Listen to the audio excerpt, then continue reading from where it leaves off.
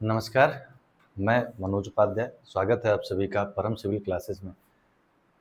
एक दिन का गैप हुआ, उसके लिए हम लोग क्षमा प्रार्थी हैं और जो राज्य व्यवस्था को लेकर के एक बेसिक कॉन्सेप्ट्स की टॉपिक चल रहा है या एक क्या कहते हैं ना बेसिक अंडरस्टैंडिंग का जो टॉपिक चल रहा है, उसकी अगली कड़ी को हम लेकर के आज हाजिर हुए हैं और अगली कड़ी के रूप में हम लोग आज समझेंगे कि भारत का या भारत में संवैधानिक विकास का क्रम कैसे-कैसे रहा। ऐसा नहीं है कि केवल संवैधानिक विकास की बात की है। देखो पहली चीज़ तो ये ध्यान रखना कि जब ब्रिटिशर्स आए या ब्रिटिशर्स आने के बाद उन्होंने शासन सत्ता स्थापित की, उससे पहले जो भी व्यवस्थाएँ चल रही थी भारत में, वह व्यवस्थाएँ राजतंत्र के अंतर्गत चल रही थी या तानाशाही के अंतर्गत या एक हिसाब से कह लो एक ही व्यक्ति के अंदर सारी सत्ता निहित थी।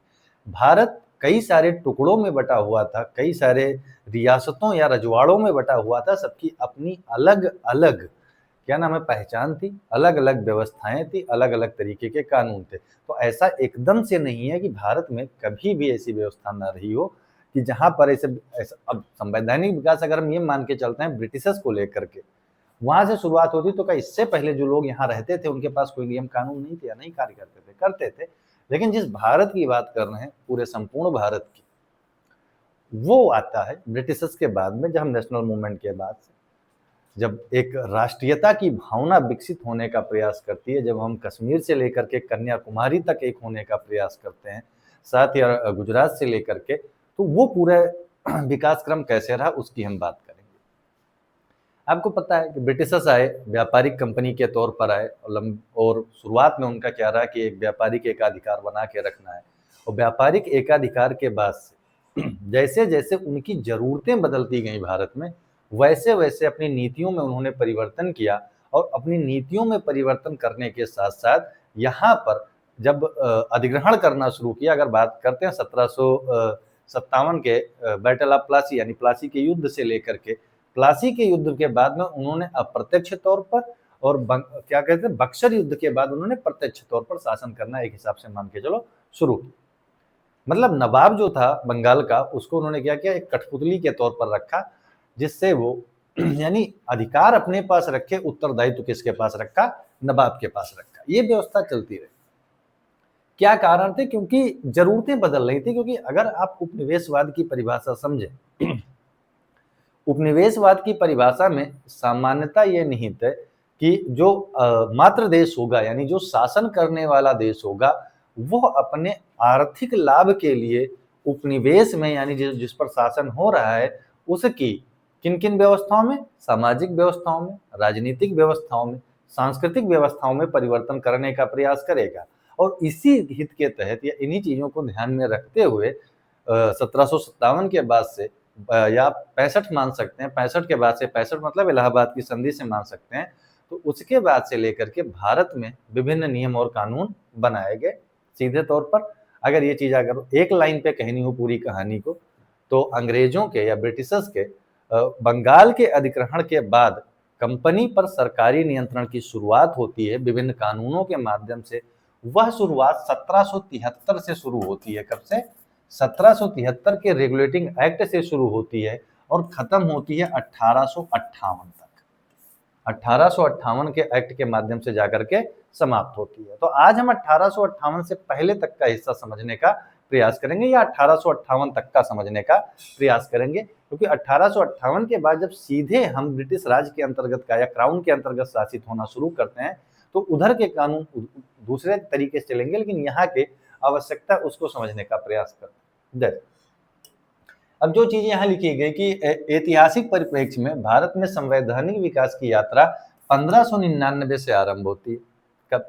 अब 1599 से क्यों आरंभ होती है क्योंकि ईस्ट इंडिया कंपनी को जो एक चार्टर दिया गया था यानी चार्टर का मतलब क्या था एक राजलेख दिया गया था उसके माध्यम से पूर्व से व्यापार किससे व्यापार पूर्व से व्यापार करने के लिए 15 वर्षों के लिए एक व्यापारिक एकाधिकार प्रदान किया गया था।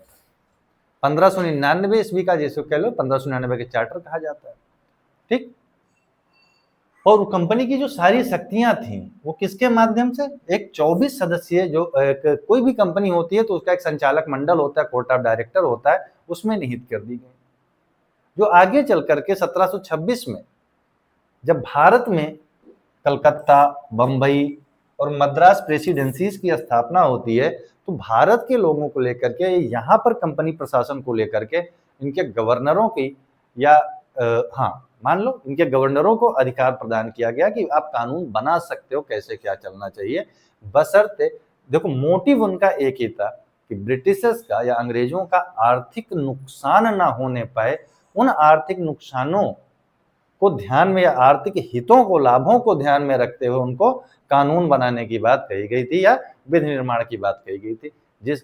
और दूसरा क्या था कि किसी तरीके से जो अन्य यूरोपीय कंपनियां थी, या तो उनको सीमित कर दिया जाए किसी ना किसी एक क्षेत्र को लेकर के, या तो उनको क्या कर दिया जाए, भारत से बाहर खदेड़ दिया जाए। जैसे पुर्तगाली थे, फ्रांसीसी थे, डच थे, डेनिश थे, ये सब लोगों को सीमित कर दिया गया। डच को तो खैर बाहर कर दिया गया बेदरा के युद्ध में, और बाकी जो अन्य कंपनियां एक तो बेच करके चली गई, बची फ्रांसीसी जो सबसे बड़े प्रतिद्वंदी थे, उनको क्या कहते हैं, पौंडीचेरी, यनम, कराईकल, माहे जैसे क्षेत्रों में सीमित कर दिया गया, और पुर्तगालियों के साथ वैवाहिक संबंध स्थापित करके उनको भी गोवा, दमन दीव, दादरा नगर हवेली के क्षेत्र पर सीमित कर दिया गया।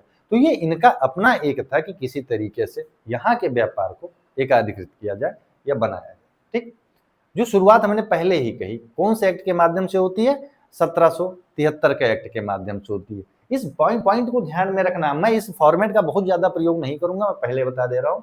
ठीक, बस ये एक रेफरेंस के तौर पर चलो, बैकग्राउंड में चल रहा है, जो आपको प्रोवाइड कर दिया जाएगा। ठीक, बाकी चीजें मैं अपने हिसाब से करने प्रयास करता हूँ।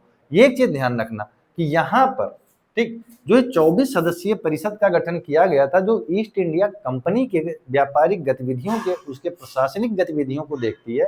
अब उसमें 1773 के रेगुलेटिंग एक्ट के माध्यम से या विनियमन अधिनियम 1773 के माध्यम से उसमें परिवर्तित करने का प्रयास किया जाता है। यानी सीधे तौर पर जो एक शब्द लिखा है कि ब्रिटिश संसदीय नियंत्रण के प्रयास की शुरुआत हुई।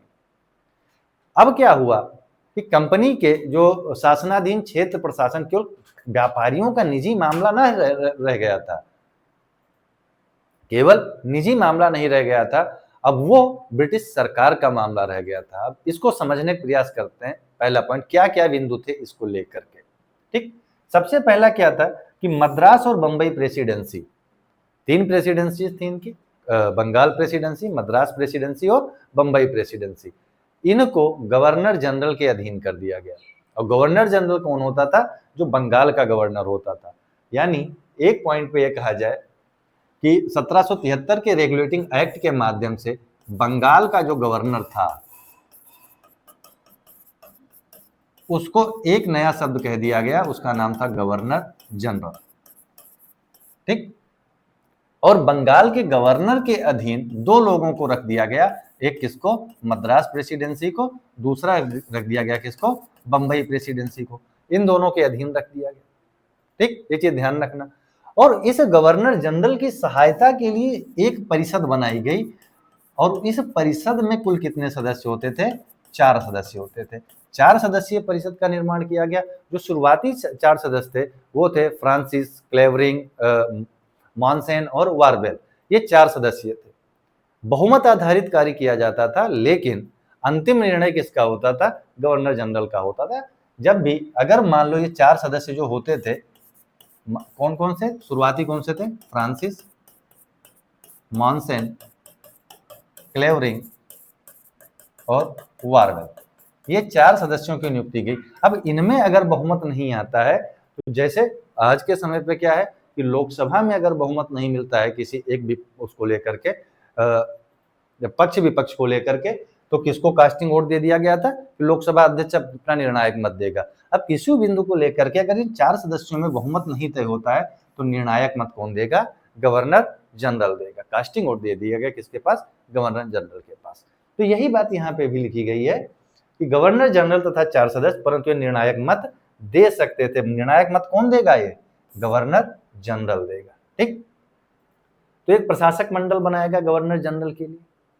उसके बाद क्या परिवर्तन किए गए उसको समझ लेते हैं। परिवर्तन पहला किया गया कि जो कोर्ट ऑफ डायरेक्टर्स थे, यानी जो कंपनी का प्रशासक मंडल जो ब्रिटेन में बैठ करके कार्य कर रहा था, प्रशासन कर रहा था, उनकी योग्यताओं का पुनः निर्धारण किया गया। यानी अब कोर्ट ऑफ डायरेक्टर्स में वही लोग शामिल होंगे जिनके शेयर 1000 पाउंड के होंगे। शेयर धारक कितने होंगे, 1000 पाउंड के होंगे। दूसरा, जिन कोर्ट ऑफ डायरेक्टर्स का हर साल चुनाव होता था, अब उन कोर्ट ऑफ डायरेक्टर्स का जो टर्म यानी कार्यकाल रख दिया गया वो 4 वर्ष के लिए रख दिया गया। 4 वर्ष के लिए, यानी एक सदस्य अगर नियुक्ति होगा तो वो 4 साल के लिए काम करेगा। और एक पद्धति और अपनाई गई कि 1/4 सदस्य हर साल सेवानिवृत्त होंगे और उनके स्थान पर नए सदस्यों का चयन किया जाएगा। ये सारी बातें रेगुलेटिंग एक्ट के माध्यम से कही गई। उसके अलावा एक प्रमुख बात और रखी गई थी इसके अंतर्गत, वो था कि कलकत्ता में सुप्रीम कोर्ट की स्थापना। किसकी स्थापना? कलकत्ता में सुप्रीम कोर्ट की स्थापना की गई। यह सुप्रीम कोर्ट 1+3 के पद्धति पर कार्य करता था, यानी एक मुख्य न्यायाधीश और 3 अन्य न्यायाधीश के तौर पर थे। पहले मुख्य न्यायाधीश के तौर पर किसका नाम रखा गया था? Elijah Impey. किसको? Elijah Impey. ये जो सुप्रीम कोर्ट था ये ब्रिटिश न्याय प्रणाली पर आधारित था, या यूरोपीय प्रशासन पद्धति या यूरोपीय न्याय प्रणाली पर आधारित था। भारत से, भारतीय समाज से या भारतीय कानून से इसका कोई बहुत ज्यादा बड़ा लेना देना नहीं था। ठीक, तो ये सारी चीजें की गई 1773 के रेगुलेटिंग एक्ट के माध्यम से। और लास्ट क्या था कि कंपनी के जो लोग थे, यानी कंपनी के जो प्रशासक वर्ग था, उनका निजी व्यापार, उनका राजाओं के द्वारा, रजवाड़ों के द्वारा दिया गया उपहार और किसी प्रकार का पारितोषिक, यानी किसी भी प्रकार का गिफ्ट एक हिसाब से कह लो, वो लेने से क्या कर दिया गया? मना कर दिया गया पूरी तरीके से। जिससे क्या हो कि अब जाहिर सी बात है, अगर मान लो मैं क्या नाम है काम करता हूं किसी एक कंपनी में, एक प्रशासनिक पद पर हूं, उच्च पद पर हूं, अब वहां पर मैं अपना भी व्यापार कर रहा हूं, तो जाहिर सी बात है मैं प्राथमिकता किसको दूंगा? अपने व्यापार को दूंगा या कंपनी हित को ज्यादा ध्यान में रखूंगा? ज्यादा से ज्यादा मैं अपने बारे में सोचूंगा, अपने व्यापार को प्राथमिकता दूंगा। यदि अपने व्यापार को प्राथमिकता दूंगा तो जो कंपनी प्रशासन है या कंपनी प्रशासन को और बेहतर ढंग से कर नहीं पाऊंगा या उसके व्यापार को और बेहतर नहीं कर पाऊंगा, तो समस्या कंपनी का नुकसान होगा या फायदा होगा? तो जाहिर सी बात है, अगर कंपनी घाटे में जाएगी या नुकसान में जाएगी, यही सारी वजह थी कि आप जाकर के जो उनके कर्मचारी थे, राजा रजवाड़े जमींदारों से अपना संपर्क कर लेते थे, थोड़ा बहुत चटवार्ता कर लिए, थोड़ा बहुत उनको गिफ्ट वगैरह दे दिए, वाइन वाइन दे दिए उनको बढ़िया सिला करके यूरोप से, वो इसी में खुश हो जाते थे। अब उनको उसके निजी व्यापार के लिए वहां पर सुविधाएं प्रदान कर देते थे। तो ये सारी चीजें जब ईस्ट इंडिया कंपनी के नजर में आई और उनको लॉस होना या उनको नुकसान होना शुरू हुआ, तो सबसे पहला काम इन्होंने क्या किया कि कंपनी के निजी व्यापार को या कंपनी के जो कर्मचारी थे उनके निजी व्यापार को क्या कर दिया गया? प्रतिबंधित कर दिया गया। यही सारी बातें यहाँ पर लिखी गई। ठीक, इस चीज को ध्यान में रखना। प्रशासक मंडल, जो यहाँ पे प्रशासक मंडल लिखा गया है, ये प्रशासक मंडल ये मत समझ लेना संचालक मंडल, संचालक मंडल आ गए। ये प्रशासक मंडल वो था जो गवर्नर जनरल की हेल्प के लिए बनाया गया था, जो 4 सदस्यीय प्रशासक मंडल, और इनकी सिफारिश या इनकी नियुक्ति कौन करता था? ब्रिटिश क्राउन करता था। वही बात जो आपने बताया, किसी प्रकार का उपहार, दान या पारितोषिक ग्रहण नहीं कर सकते थे। 25,000 रुपया, या तो खैर चलो अति फैक्चुअल बात हो गई, 25,000 पाउंड गवर्नर जनरल का, गवर्नर का 10,000 पाउंड और न्यायाधीश का 8,000 पाउंड और 6,000 पाउंड वेतन निर्धारित किया गया था जिन लोगों की यहाँ पर नियुक्ति की गई थी। ये सब सारी चीजें फैक्चुअल चीजें हैं। ठीक, तो एक काम करने की शुरुआत की गई थी इसके माध्यम से कि भारत में जो कंपनी प्रशासन है या कंपनी प्रशासन के जो भी लोग हैं, एक ईमानदार शासन के या ईमानदार शासन के गठन करने का प्रयास किया गया था। ठीक, तो मैं शार्ट में लेकर के चलता हूँ, ये सारी चीजें आपको एज अ PDF आपको मिल जाएंगी और वो आसान होंगी, क्योंकि यहाँ पे काम में पढ़ने वाला थोड़ा सा अटपटा लगता है, बड़े असमंजस की स्थिति में था और असमंजस की स्थिति के बाद ये तय नहीं कर पा रहा था कि मैं PPT पढ़ करके आपको सुना दूं या ऐसा शॉर्ट फॉर्म में बात कर लूं।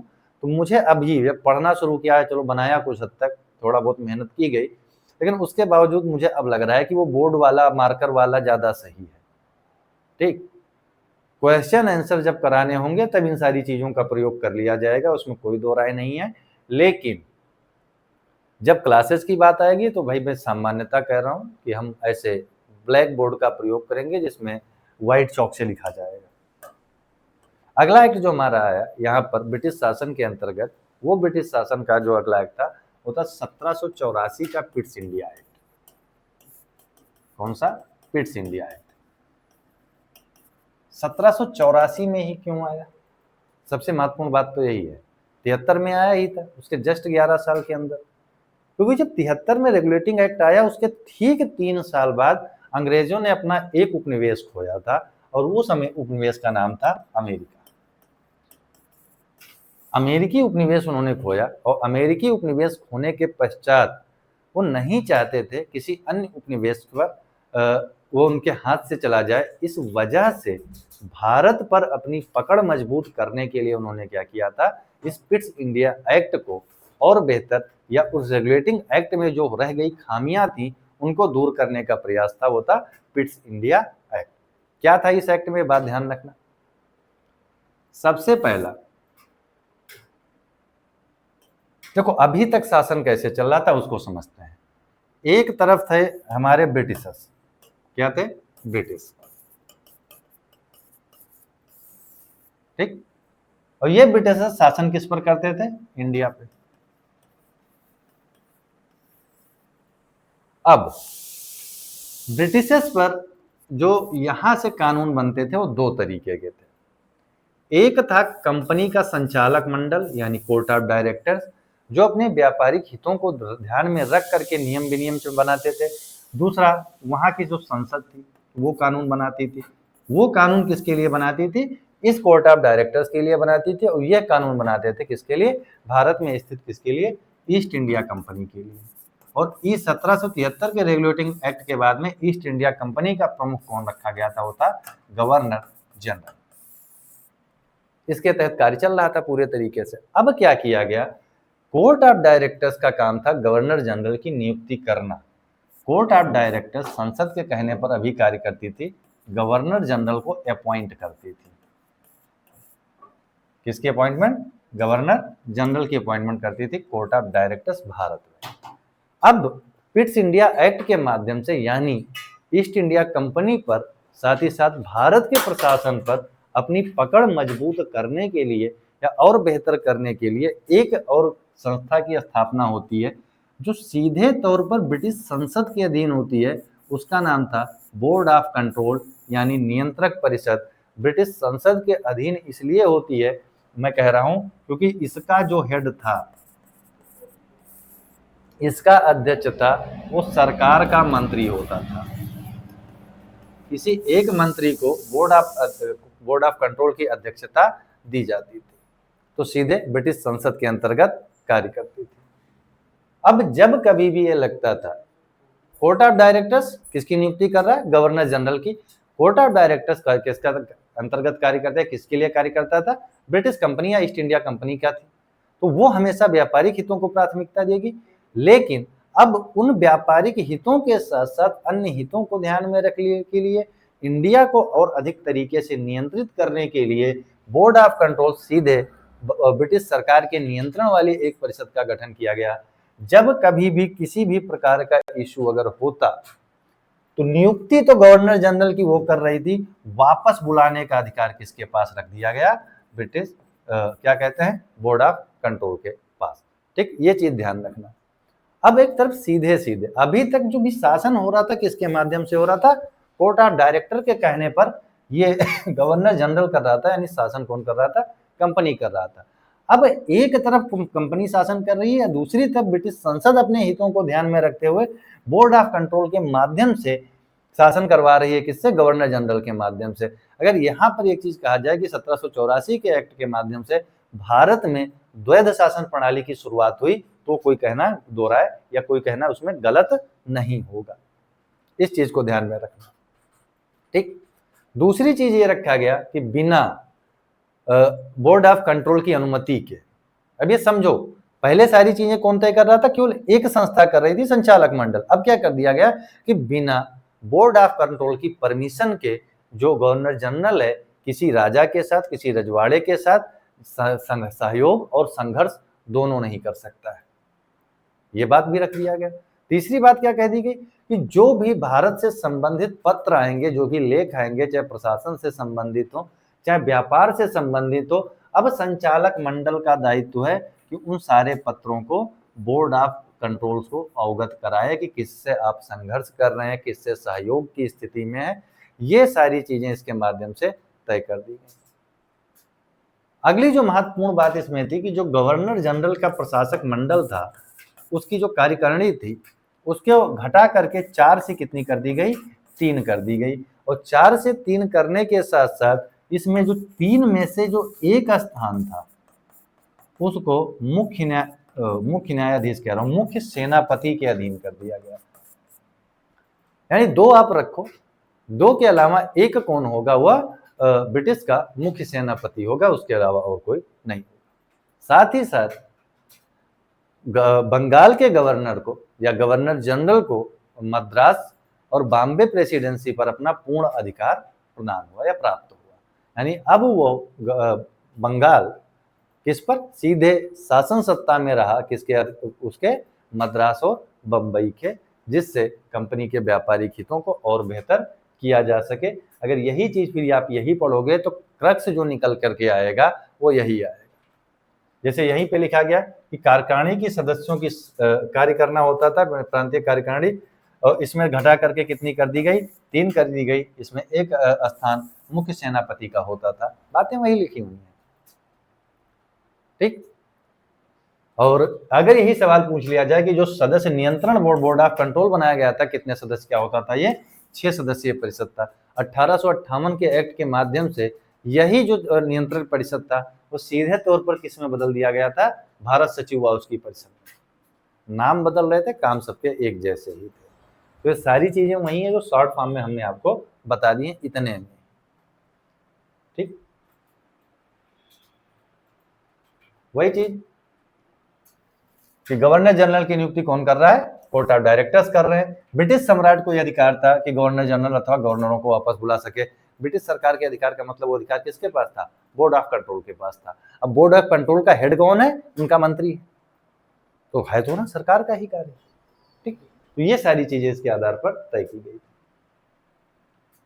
अगर हम अगले एक्ट की बात करते हैं तो एक्ट है, इससे पहले एक एक्ट समझना आवश्यक है, वो है 1786 का अधिनियम। 1786 का अधिनियम बहुत बड़ा अधिनियम नहीं था, वह ध्यान रखना कि जैसे गवर्नर जनरल को मुख्य सेनापति के अधिकार दे दिए गए सीधे तौर पर, और साथ ही साथ अगर परिषद कोई निर्णय लेती है और वह निर्णय कंपनी के हित में या ब्रिटिश के हित में नहीं है, ब्रिटिश सरकार के हित में नहीं है, तो उस निर्णय को अब एक उसको वीटो पावर दिया गया या विवेकाधीन शक्ति दी गई कि वह उन निर्णयों को रद्द कर सके और अपने नए निर्णयों को लागू कर सके। ये एक प्रकार का प्रिविलेज दिया गया किसको, गवर्नर जनरल के साथ, ठीक। तो इन चीजों को ध्यान में रखिए। अगला अधिनियम कौन सा है, वो 1793 का अधिनियम। 1793 के अधिनियम की अगर हम बात करें, ठीक, कौन से अधिनियम की, 1793 के अधिनियम की। 2 महत्वपूर्ण बातें थी जो पूछी जाती हैं, आवश्यक है, बाकी तो चिट्ठा तो होता ही किसी एक्ट का। सबसे पहला क्या था कि 1793 के अधिनियम के माध्यम से यह तय किया गया था जो ईस्ट इंडिया कंपनी का भारत में शासन होगा वो अगले 20 वर्षों तक होगा। कितने, 20 वर्ष है। क्यों, क्योंकि अब ब्रिटेन में औद्योगिक क्रांति चल रही है। औद्योगिक क्रांति के तहत उत्पादन, ठीक, करने के लिए बहुत सारी कंपनियां अस्तित्व में आ रही हैं, बहुत सारे कारखाने निर्मित हो रहे हैं। अब उनको भी तो प्रॉफिट देना है या उनके भी कार्यों को तो देखना है सरकार को। तो इस वजह से एक निर्धारित किया गया जो 1599 का चार्टर था, याद रखना, कब दिया गया था, कितने वर्षों के लिए, पूर्व के साथ व्यापार करने के लिए 15 वर्षों तक। अब 1793 के एक्ट के माध्यम से कितना कर दिया गया, 20 वर्षों तक कर दिया गया। और साथ ही साथ जो बोर्ड ऑफ कंट्रोल का खर्चा है, यानी बोर्ड ऑफ कंट्रोल का जो वेतन भत्ता होगा, उनका आने जाने का गुजारा भत्ता कह लो, वेतन भत्ता, ये सारी चीजें वो किस पर रख दिया गया, भारतीय राजस्व पर। यानी अब यही सब धन निकासी के सिद्धांत है। अगर आप ड्रेन ऑफ वेल्थ पढ़ोगे दादा भाई नौरोजी की, तो उसमें से उन्होंने जो जो तरीके बताए, जो जो उपकरण बताए धन निकासी के, उसमें से सबसे बड़ा था गृह व्यय, और गृह व्यय के बाद में जो दूसरा सबसे बड़ा था रेलवे पर दिया जाने वाला लाभांश। क्योंकि कोई भी कंपनी शुरू में बनेगी तो इतना प्रॉफिट तो कमा नहीं लेगी, कुछ दिन तक तो घाटे में काम करेगी ही। तो शुरुआत से रेलवे घाटे में रही, लेकिन लाभांश तब भी देते थे। कहाँ से देते थे, राजस्व पर देते थे। गृह व्यय लाभांश यानी डिविडेंड, और उसके अलावा जो सबसे बड़े पैमाने पर था वो कंपनी के कर्मचारियों के वेतन भत्ते या भारत सचिव, उसकी परिषद के वेतन भत्ते, बोर्ड ऑफ कंट्रोल जिसका पूरा खर्च भारतीय राजस्व पर रखा गया, ये सारी चीजें धन निकासी के सिद्धांतों के रूप में उन्होंने प्रयोग किया था। अब 1793 के एक्ट के माध्यम से क्या कहा गया कि अब कंपनी शासन अगले 20 वर्षों तक रहेगा। ठीक, ये तय कर दिया गया। अब अगला 20 वर्ष कब होगा? 1813 में। और ये दूसरा फेज आता है ब्रिटिश का भारत में 1813 अधिनियम के माध्यम से, क्योंकि 1813 तक आते आते जो औद्योगिक क्रांति सफल हुई, कारण क्या था? British industrial revolution.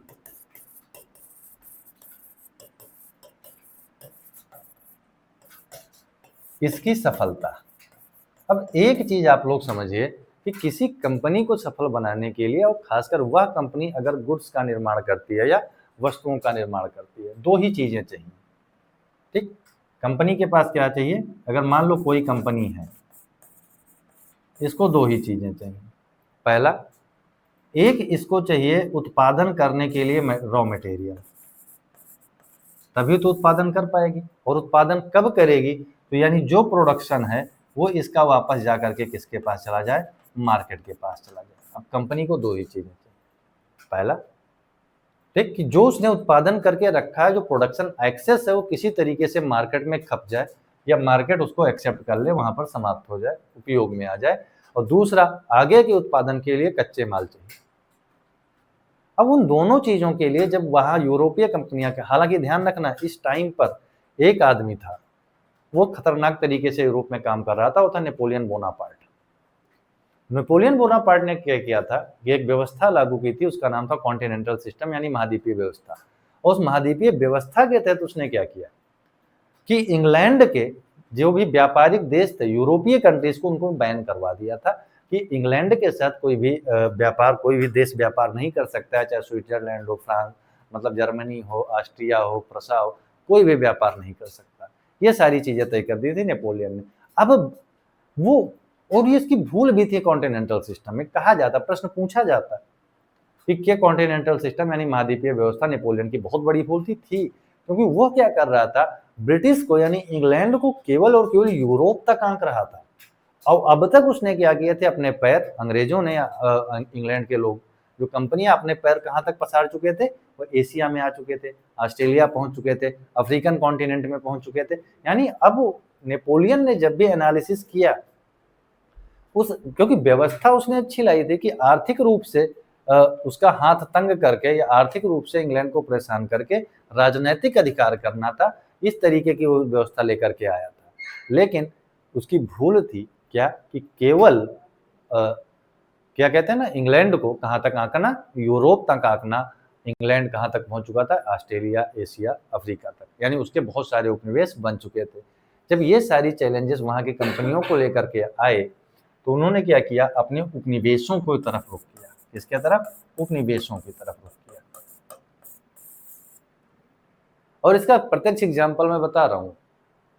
एक इंसिडेंट आता है जब आप किसान विद्रोह पढ़ते हैं, उसका नाम है दक्कन के दंगे। 1860-65 की बात है, आगे चल करके समझेंगे इस चीज को कि औद्योगिक क्रांति के तहत भारत को बड़ा मुनाफा मिल रहा था। बड़ा मुनाफा के बाद वो कार्य करना चाह रहे थे, कार्य कर रहे थे, व्यापार उनका धड़ल्ले से चल रहा था। अब क्या हुआ कि जब 1860-65 के बीच में अमेरिका में गृह युद्ध हुआ, लिंकन के चुनाव को लेकर के, अब्राहम लिंकन के, तो उस गृह युद्ध के समय जो अमेरिका से कपास का आयात होता था, वो कपास आयात होना बंद हो गई। अगर कपास आयात होना बंद हो गई तो जो उनके इंग्लैंड के वस्त्र उद्योग थे, उन पर एक नकारात्मक प्रभाव पड़ने लगा। तो इन्होंने क्या किया, क्योंकि भारत में दक्कन का जो क्षेत्र है, खासकर जो बसाल्ट लावा के प्रवाह से बना है, यानी जहाँ पे काली मिट्टी बड़े पैमाने पर पाई जाती है, वो कपास के उत्पादन या रुई के उत्पादन के लिए सबसे उपयुक्त क्षेत्र है। तो उन्होंने वहां पर कपास का उत्पादन करना प्रारंभ किया। और कपास का उत्पादन करना प्रारंभ किया, रीजन क्या था? क्योंकि आवश्यकता किसकी थी? ब्रिटिश उद्योगों की आवश्यकता थी। सामान्यतः नकदी फसलें भारत में उत्पादन की जाती रही हैं, वो अपने देश के हिसाब से या अपने समाज के हिसाब से, क्षेत्र के हिसाब से उत्पादन हो रहा था। अब इन्होंने उत्पादन करवाया, एक्सेस करवाया। अब गृह युद्ध किसी देश में हमेशा तो चलेगा नहीं, ठीक? तो यहां से इन्होंने कपास उत्पादन करवाया, यानी और ब्रिटेन में ले जाकर के बेचा, यानी किसानों की आय होना शुरू हुई, क्योंकि एक सर्टेनिटी आ गई ना कि अब जो भी उत्पादन होगा वो बिक जाएगा। अब वो सर्टेनिटी कितने दिन तक चलेगी? जैसे वहां का लिंकन का चुनाव होता है, गृह युद्ध समाप्त होता है, और गृह युद्ध समाप्त होने के बाद में जैसे फिर से ब्रिटेन और अमेरिका का व्यापार सही से चलना शुरू होता है, भारत के कपास की मांग घट गई। ये आवश्यकता थी वहां पे। अब जैसे कपास की मांग बढ़ी थी, किसानों की आमदनी बढ़ी थी, उनकी आय बढ़ी थी, और वो आमदनी और आय बढ़ने के साथ साथ में उन्होंने क्या किया, लैंड रेवेन्यू भी बढ़ा दिया, भू राजस्व भी बढ़ा दिया। लेकिन जैसे किसानों की आय घटी अमेरिकी गृह युद्ध के बाद से, उन्होंने भू राजस्व नहीं घटाया, क्योंकि कहा जाता है ना कि जो दक्कन के दंगे थे वो अल्पकालीन समृद्धि के बाद अत्यधिक दरिद्रता के कारण हुए थे। तो इन सारी बातों को ध्यान रखना, ये सारी आवश्यकताएं थी। ये बताने का मकसद ये था कि जब आवश्यकता पड़ी अपनी नीतियों में परिवर्तन किया, और जो उपनिवेश थे उनका शोषण करना या उनको प्रयोग में लाना शुरू किया।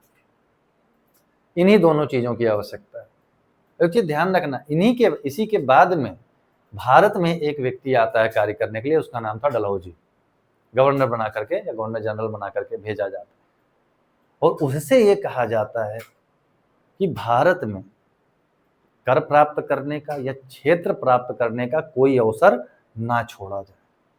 वो यहाँ पे आकर के कई सारे संरचनात्मक सुधार करता है, जिसके माध्यम से स्टेटमेंट कहा जाता है कि डलहौजी आधुनिक भारत का निर्माता था। तो ये हमारा जो उसने मॉडर्नाइजेशन किया है, आधुनिकीकरण किया, मेरे फायदे के लिए किया था या अपने फायदे के लिए उसने रखा था? उसने एक नीति बनाई हड़प नीति के माध्यम से, क्योंकि क्षेत्र प्राप्त करने के अधिकार के तो उसने 3 पॉलिसीज थी। अगर मेजरली आप देखोगे, सबसे पहली पॉलिसी थी वो थी गोद निषेध प्रथा, यानी डॉक्ट्रिन ऑफ लैप्स, यानी हड़प नीति जिसको आप कह रहे हो। यानी जिस भी राजा रजवाड़े का कोई अगर बायोलॉजिकल चाइल्ड नहीं है, यानी उनका जैविक पुत्र नहीं है, तो क्या करेंगे, दत्तक ले लेते थे। दत्तक का मतलब वो गोद ले लेते थे। तो उसने रोक दिया उस चीज को, बिना कंपनी के परमिशन के आप गोद नहीं ले सकते हो। जैतपुर, सतारा, झांसी, संभलपुर, इन सबको इसके माध्यम से विलय कर लिया। पंजाब को युद्ध के माध्यम से विलय कर लिया, और साथ ही साथ अवध को कुशासन के आरोप में विलय कर लिया। क्योंकि इतिहास में इस चीज को आप समझोगे कि आउटरम की रिपोर्ट क्या कहती थी और एक सरकारी रिपोर्ट क्या कहती थी, वो सारी चीज मेंशन है। क्यों? क्योंकि आवश्यकताएं उनकी बदल रही थी और उसके हिसाब से परिवर्तन किया जा रहा था। तो यही चीज डलहौजी के बारे में कहा जाता है कि डलहौजी ने भारत के ब्रिटिश नक्शे को कम समय में इतने कायदे से बदल दिया, संवैधानिक तरीके से चल करके, जो संभवतः युद्ध के माध्यम से संभव नहीं था। यह डलहौजी की अपनी कूटनीति थी। तो वो सारी कूटनीतियां किसके लिए थी? औद्योगिक क्रांति की आवश्यकताओं को ध्यान में रख करके बनाई गई थी। अब इसी 1813 के एक्ट के माध्यम से जो ईस्ट इंडिया कंपनी इकलौता भारत के साथ व्यापार करती थी, इसकी मोनोपोली यानी इसका व्यापारिक एकाधिकार समाप्त कर दिया गया कि केवल अब तुम ही व्यापार नहीं करोगे, अन्य कंपनियां भी आएंगी। और व्यापारिक एकाधिकार समाप्त करने के बाद में क्या किया गया? मुक्त व्यापार की नीति अपनाई गई। अब मुक्त व्यापार की नीति सुनने में केवल अच्छी लगती है कि कई सारे देश के लोग आकर के हमारे साथ व्यापार करेंगे, जहां से हमको लाभ मिलेगा या प्रॉफिट मिलेगा, उनके साथ हम अपना व्यापार या ट्रेड करेंगे। यह मुक्त व्यापार की नीति पूरे विश्व के साथ या अन्य देशों के साथ नहीं थी। यह मुक्त व्यापार की नीति किसके साथ थी? केवल और केवल इंग्लैंड की कंपनियों के लिए थी। यानी अब ईस्ट इंडिया कंपनी के अलावा जो अन्य ब्रिटिश कंपनियां हैं, वह भी भारत के साथ व्यापार कर सकती हैं। यह तय किया गया था 1813 के अधिनियम के माध्यम से। केवल 2 चीज को छोड़ करके, चाय व चीन, चाय और चीन के साथ व्यापार को छोड़ करके अन्य सभी व्यापारिक एकाधिकार क्या कर दिए गए? समाप्त कर दिए गए। अब व्यापारिक एकाधिकार समाप्त कर दोगे, जो व्यापार से जिनका फायदा होता था, फायदा किनका होता था? शेयर होल्डर्स का होता था। अब जो शेयर होल्डर्स थे, जब उनका नुकसान होना शुरू होगा तो एक समस्या आएगी कि ये सब विद्रोह न कर दें। जो शेयर धारक थे, इनको गारंटी दे दी गई कि आपको 10.5% का लाभांश दिया जाता रहेगा।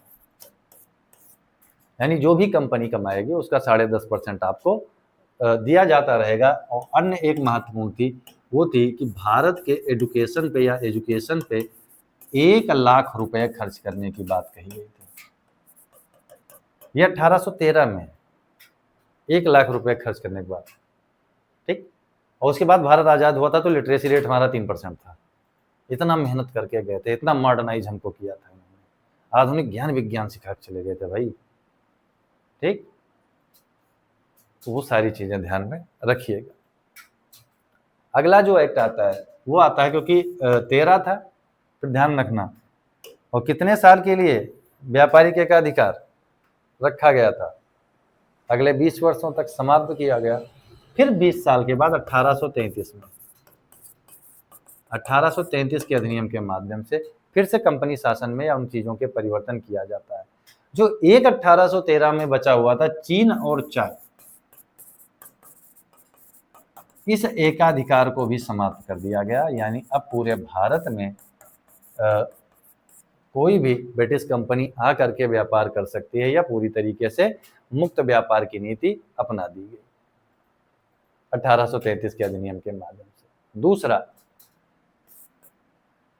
जो कंपनी शासन है यानी ईस्ट इंडिया का जो शासन है, उसको रखा गया अगले 20 वर्षों के लिए। ये बात ध्यान रखना, यानी अगला एक्ट कौन सा आएगा 1833 के बाद में, 1853 का। ठीक, यानी कंपनी शासन अगले 20 वर्षों तक रहेगा, उसके बाद में सीधे वो ब्रिटिश के अंतर्गत आ जाएंगे। और जो बंगाल का गवर्नर जनरल होता था, उसको भारत का गवर्नर जनरल कहा जाने लगा। भारत का गवर्नर जनरल।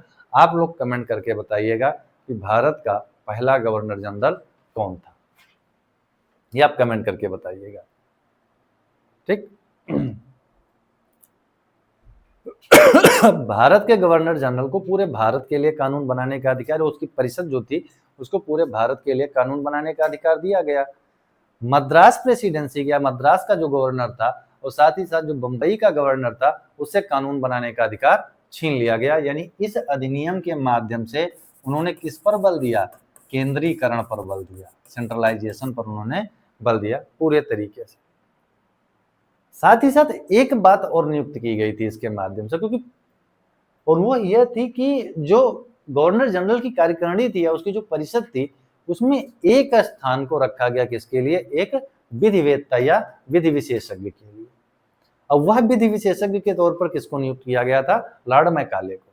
और लॉर्ड मैकाले वही है जिसने क्या किया था, भारत में भारतीय दंड संहिता का या आईपीसी जिसने बनाई थी, या आईपीसी का जिसने कोडिफिकेशन यानी संहिताबद्ध किया था, उस किताब पूरी को उन्होंने बताया था कि किस प्रकार से क्रिमिनल केसेस के मामले में, आपराधिक मामलों में कानूनी प्रक्रियाएं चलेंगी। और इसी अधिनियम के माध्यम से दास प्रथा को समाप्त घोषित किया गया। हालांकि दास प्रथा एलेनबरो के समय पे समाप्त हुई थी। घोषित कहाँ किया गया था, विलियम बेंटिक के टाइम पे, यानी 1833 के अधिनियम के माध्यम से।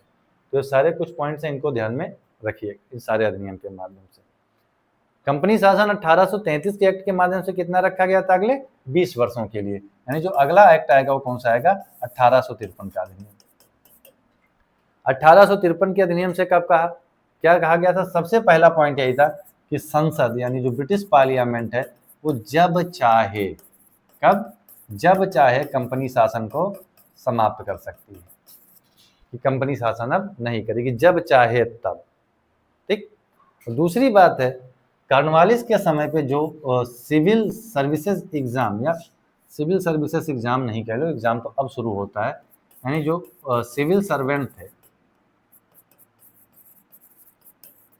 इनकी नियुक्ति जो होना शुरू हुई थी, जो मनोनीत होते थे या मनोनयन के माध्यम से आते थे, इनके लिए ओपन कंपटीशन रखा गया। और वही कंपटीशन अब बहुत सारे लोग देते हैं, यानी खुली प्रतियोगिता परीक्षा या प्रतियोगिता परीक्षा आधारित या प्रतियोगिता परीक्षा कराने के बाद में अब सिविल सेवकों की नियुक्ति की जाएगी, उसके अलावा या उससे पहले नहीं की जाएगी। ये सारी चीजें तय की गई किसके माध्यम से, 1853 के अधिनियम के माध्यम से। 1853 के बाद में भारत में एक बहुत बड़ी घटना घटी, उसका नाम था 1857 का विद्रोह। और उसी के बाद में जो क्योंकि तय कर दिया गया था 1853 के माध्यम से कि कंपनी शासन को संसद जब चाहे तब समाप्त कर सकती है, तो वो 1858 का एक्ट आता है। अब ब्रिटिश सरकार या ब्रिटिश संसद प्रत्यक्ष तौर पर भारत पर शासन करना प्रारंभ करती है। जैसे 1857 का विद्रोह हुआ और ब्रिटिश साम्राज्यवाद के खिलाफ एक बहुत बड़े पैमाने पर यह विद्रोह हुआ। पूरा उत्तर भारत के क्षेत्र में विद्रोह फैला। उसके कारण बहुत सारे थे, लेकिन जो तात्कालिक कारण था, यानी बारूद बना बैठा था, एक गुब्बार बना बैठा था बारूद का, उसमें जो माचिस लगाने का काम किया था वो था मंगल पांडे को। जब ये पता चला कि गाय और सुअर की चर्बी को दांतों से खींच करके कारतूस को खोला जाता है, और इसके में समझना कि हिंदुओं में गाय पूजनीय है, गाय अघन्य है, ना मारे जाने योग्य है। ये आप लोग इतिहास में पढ़ते हुए आ रहे हैं। माता का दर्जा दिया जाता है, और मुसलमानों में सुअर क्या है, वो हराम है, यानी वो सबका मांस खा सकते हैं, सुअरों का मांस नहीं खा सकते। यानी उनको, मतलब बहुत सारे ऐसे को देखा हूं कि उनका नाम लेना तक वर्जित है, तो नाम भी नहीं लेते। ठीक, तो ये सारी चीजें थी। अब मंगल पांडे को जब पता चला तो उनको यह लगा कि जो अंग्रेज हैं वो भारतीयों का जानबूझकर धर्म भ्रष्ट कर रहे हैं, और इस धर्म भ्रष्ट को लेकर के उन्होंने क्या किया, गोली चला दी बैरकपुर छावनी में, और फिर 1857 का विद्रोह आरंभ हुआ। कारण सबसे बड़ा जो था वो था भारतीय समाज में हस्तक्षेप, भारतीय संस्कृति में हस्तक्षेप, और बड़े पैमाने पर जबरदस्ती राजाओं का विलय था। तो ये सारी चीजें, क्योंकि जाहिर सी बात है अगर आप फेल होंगे, मतलब भगवान ना करे ऐसा हो, लेकिन अगर मान लो कोई व्यक्ति फेल होता है तो एक बार को अगला अटेम्प्ट देने से पहले अपने कार्यों का या अपने पिछले उस पेपर के साथ साथ अन्य चीजों की एनालिसिस करता है, उनका विश्लेषण करता है। अब 1857 में ब्रिटिश शासन के खिलाफ ये सारी चीजें हुई, तो उनका भी तो फर्ज बनता है कि एनालिसिस करें, और उन्होंने एनालिसिस किया और यह पाया कि जो 1857 का विद्रोह हुआ है वो बड़े पैमाने पर विलय विस्तार की जो नीति थी, जो डलहौजी लागू करके जा रहा था। दूसरा, भारतीय समाज और संस्कृति में हस्तक्षेप के कारण हुआ है, वरना नहीं होता। तो इन्होंने क्या किया 1858 के एक्ट के माध्यम से, पहला पॉइंट, ठीक, कि कंपनी शासन की समाप्ति कर दी।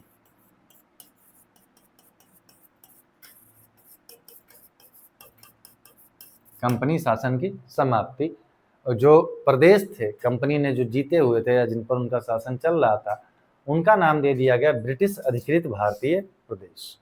तो सबसे पहला ये काम किया। जब कंपनी समाप्त हो गई तो बोर्ड ऑफ कंट्रोल की आवश्यकता नहीं, तो बोर्ड ऑफ कंट्रोल को कन्वर्ट कर दिया गया भारत सचिव व उसकी परिषद में। भारत सचिव व उसकी परिषद में, ये 15 सदस्यों की एक परिषद होती थी, और जो भारत सचिव होता था, जो यानी हेड था, वो भी मंत्री ही था अभी भी। यानी संरचनात्मक तौर पे कोई परिवर्तन नहीं आया, संरचनात्मक इन द सेंस इंटेंशनली कोई परिवर्तन नहीं आया, लेकिन कहा गया आने लगा कि चलो भारत सचिव, यानी नाम दे दिया गया। ठीक, बोर्ड ऑफ कंट्रोल में भी क्या था, हेड उसका कौन था, मंत्री ही था। भारत सचिव उसकी कौन बनता था, ब्रिटिश सरकार का ही मंत्री बनता था। तो संगठनात्मक परिवर्तन किया गया, संरचनात्मक परिवर्तन नहीं किया गया। ठीक, तीसरा कहा गया कि जो गवर्नर जनरल है भारत का, अब उसको वायसराय कहा जाएगा। ठीक, क्या कहा जाएगा, वायसराय। अब आप लोग ये कमेंट करके बताइएगा कि जो वायसराय, जो ब्रिटिश सरकार का सीधा प्रतिनिधि है, अभी तक प्रतिनिधि किसका था यहाँ पे, सरकार का प्रतिनिधि। जो प्रतिनिधि अभी होता था वो कौन नियुक्त करता था, कोर्ट ऑफ डायरेक्टर्स नियुक्त करते थे। अब वायसराय की नियुक्ति कौन कर रहा है, ब्रिटिश क्राउन कर रहा है, ब्रिटिश संसद कर रही है। तो ये जो सरकार का सीधा प्रतिनिधि होता था, पहला कौन था, ठीक, ये आप लोग बताइएगा। तो ये सारे परिवर्तन 1858 के अधिनियम के माध्यम से किए गए। तो मैंने पहले ही स्टेटमेंट दिया था कि 1599 का एक एक्ट याद रखना, जिसके तहत 15 वर्षों के लिए व्यापारिक अधिकार दिया गया था ईस्ट इंडिया कंपनी को। ठीक, और जो उसके बाद में जो 1773 या बंगाल के अधिग्रहण के पश्चात जो भारत के अधिग्रहण की या भारत की शासन सत्ता में हस्तक्षेप करने की, भारत की राजनीतिक व्यवस्था में हस्तक्षेप करने की जो प्रक्रिया 1773 के रेगुलेटिंग एक्ट के माध्यम से शुरू होती है, वो प्रक्रिया समाप्त कहाँ पर होती है, 1858 के अधिनियम के माध्यम से। ठीक, तो आज यहाँ पर ब्रेक करते हैं, और आगे जो भी एक्ट आएंगे वह एक्ट कैसे होंगे, वो सरकार के द्वारा पारित किए गए या लागू किए गए एक्ट होंगे। तो आप लोग इतना पढ़ के आइएगा, आपको पीडीएफ ये मिल जाएगा पूरे तरीके से, ठीक। उसमें सारी बातें वहीं लिखी होंगी, कुछ चीज़ें एक्स्ट्रा लिखी होंगी, लेकिन बस इतना ध्यान में रखना कि यहाँ पर जो मैं बोल के जा रहा हूँ या बस समझा के जा रहा हूँ, ये आपसे मिस नहीं होना चाहिए किसी भी तरीके से, ठीक। धन्यवाद।